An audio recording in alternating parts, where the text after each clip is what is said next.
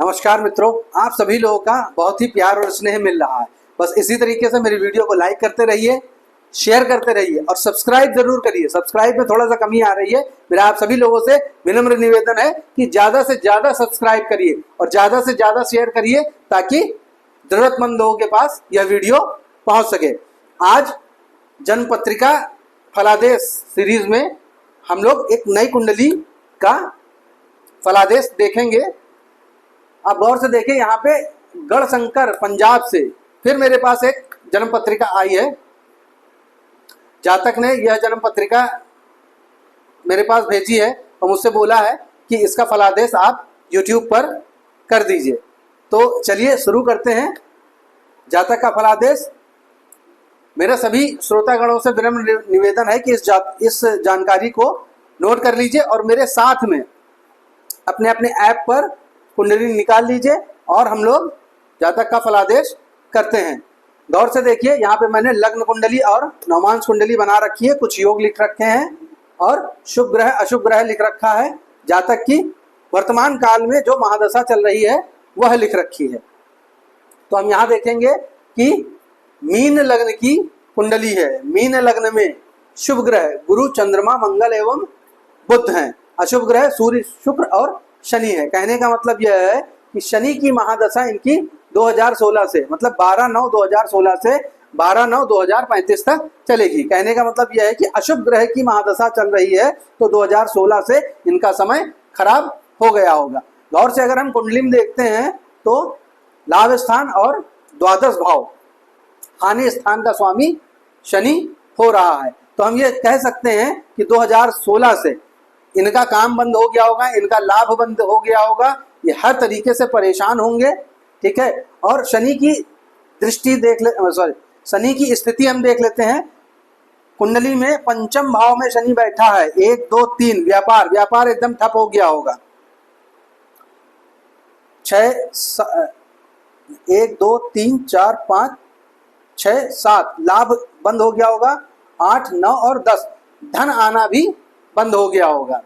क्यों? क्योंकि शनि की महादशा चल रही है और शनि की महादशा अशुभ ग्रह होने के कारण इस समय इनको बहुत अथक प्रयास करना पड़ेगा, अथक मेहनत करना पड़ेगा। उसके बावजूद भी अगर ये 200% भी काम करते हैं तो इसको 10% भी धन प्राप्त होने की संभावना मुझे नहीं दिखती है। कहने का मतलब ये है कि 2016 से धीरे धीरे इनका समय बहुत खराब होता जाएगा। हालांकि कुंडली में जो योग बने हुए हैं, जैसे कि गजकेसरी योग बना हुआ है, बुधादित्य योग बना है, हर्ष विपरीत राजयोग बना हुआ है, अमला योग बना हुआ है, धन योग बना हुआ है, मालव्य पंच महापुरुष योग बना हुआ है। कहने का तात्पर्य यह है कि अगर इतने सारे अच्छे योग बने हुए हैं तो जातक धनी भी होगा क्योंकि धन योग है और अन्य योगों के कारण ज्ञानवान होगा, गुणवान होगा, रूपवान होगा, वाक्पटुता बहुत अच्छी होगी। परंतु यह सब होने के बावजूद इस समय इनकी जन्म कुंडली में जिस ग्रह की महादशा चल रही है उसी को हम कहेंगे कि यह समय 19 वर्षों का 2016 से लेकर के 2035 तक का जो समय है उस समय शनि का ही राज चलेगा। तो इन जातक के विषय में मैं यह कहना चाहूंगा कि जैसे शुक्र लग्न में बैठा हुआ है, लग्न में मीन राशि है, शुक्र उच्च का हो गया, यह शुक्र के समान ज्ञानवान गुणवान होंगे। परंतु शुक्र जो है वह जातक को लालसाएं, मनोकामनाएं ज्यादा प्रदान कर देता है। स्त्री जाति की ओर ज्यादा रुझान पैदा कर देता है। इन जातक को अपनी लालसाओं पर, अपनी मनोकामनाओं पर, अपनी इच्छाओं पर ब्रेक लगाने की आवश्यकता है। अब जैसा कि आप देख रहे हैं कि शनि की महादशा चल रही है, मैंने अपने अन्य वीडियो में बताया है आपको कि शनि के जो सैनिक हैं वह हैं राहु और केतु। अब गौर से आप देखिए, राहु इनका अष्टम भाव में है और केतु इनका द्वितीय भाव में है। तो इस समय शनि राहु केतु को आदेश देते हैं कि जाओ भाई अब मेरा काम करो। जातक को पता ही नहीं चलेगा कि कहां से किसने कैसे इनके जीवन में अभाव उत्पन्न कर दिया है, इनके जीवन में परेशानियां उत्पन्न कर दी है। इनके गुप्त शत्रु जो हैं वो बनना शुरू हो जाएंगे। क्यों? क्योंकि अष्टम भाव जो है वह गुप्त चीजों का है, गुप्त रहस्यों का है, गुप्त धन का है, इंश्योरेंस का है। यहां पर सातवीं राशि है, सातवीं राशि तुला राशि है।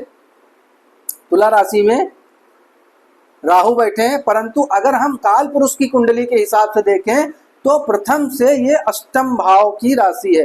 अष्टम भाव में राहु नीच का हो जाता है और अष्टम भाव में राहु बहुत बुरा फल देता है।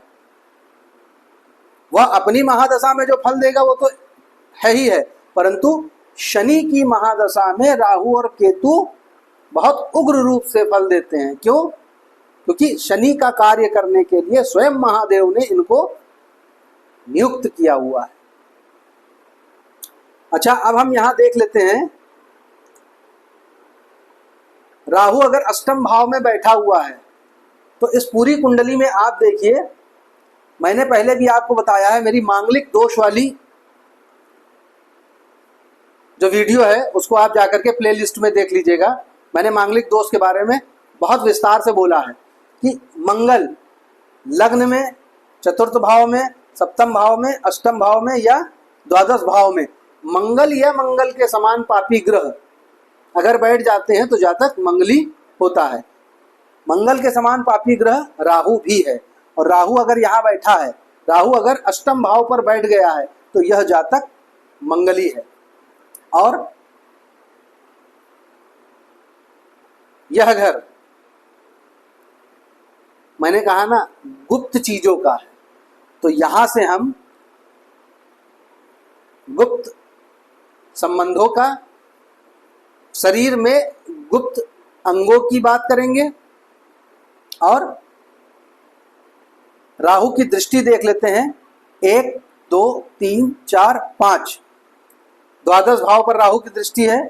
6 7 परिवार, परिवार का मतलब हो गया दाम्पत्य जीवन के बाद जो परिवार बनता है। कहने का मतलब यह है कि राहु की अगर यहाँ पर दृष्टि है और स्वयं वहां पर केतु बैठा हुआ है तो दाम्पत्य जीवन अगर बन भी गया तो सामंजस्य बहुत कम रहेगा। 8 और 9 राहु सीधे चतुर्थ भाव पर देख रहा है। चतुर्थ भाव को हम लोग सैया सुख कहते हैं। दाम्पत्य जीवन के बाद कहा जाता है कि सैया सुख प्राप्त होगा कि नहीं होगा, तो वह सैया सुख हम यहाँ से देखेंगे। तो मैं ये कह सकता हूँ कि शायद हो सकता है कि जातक की शादी ना हुई हो। अगर हो भी जाएगी तो इनकी पत्नी के ऊपर बहुत भारी होगा इनका ये राहु। 2 शादियों के योग बन जाते हैं या विभिन्न प्रकार की शादियों के योग बन जाते हैं। कई प्रकार से देखा जाए तो इनके प्रेम प्रसंग भी हो सकते हैं।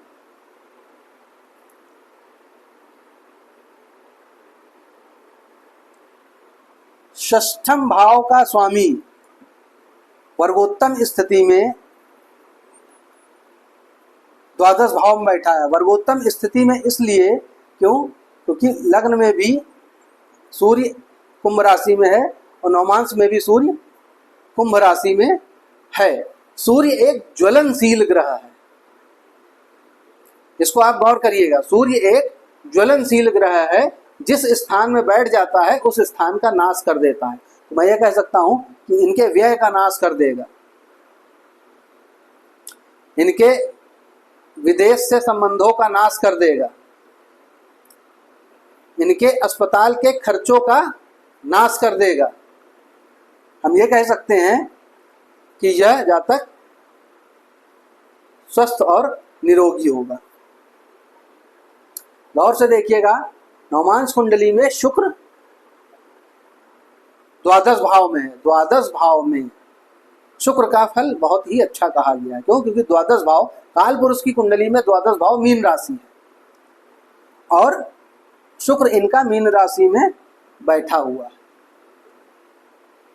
धन योग बना हुआ है। जातक के पास धन संपदा जीवन भर लगा रहेगा, परंतु अभी जो समय चल रहा है, मैं इस समय की बात कर रहा हूं, अभी जो समय चल रहा है वह इनका थोड़ा सा खराब है। आने वाला समय और खराब हो सकता है। क्यों? क्योंकि अभी मीन राशि के ऊपर शनि 7.5 चल रही है। 29 मार्च 2025 के बाद मेष राशि पे लग जाएगा। उसके बाद 2.5 वर्ष बाद वृष राशि के ऊपर शनि की 7.5 लगेगी। इनको अभी से अपने खराब समय के लिए तैयार रहना चाहिए। मैं इस जातक से कहना चाहूंगा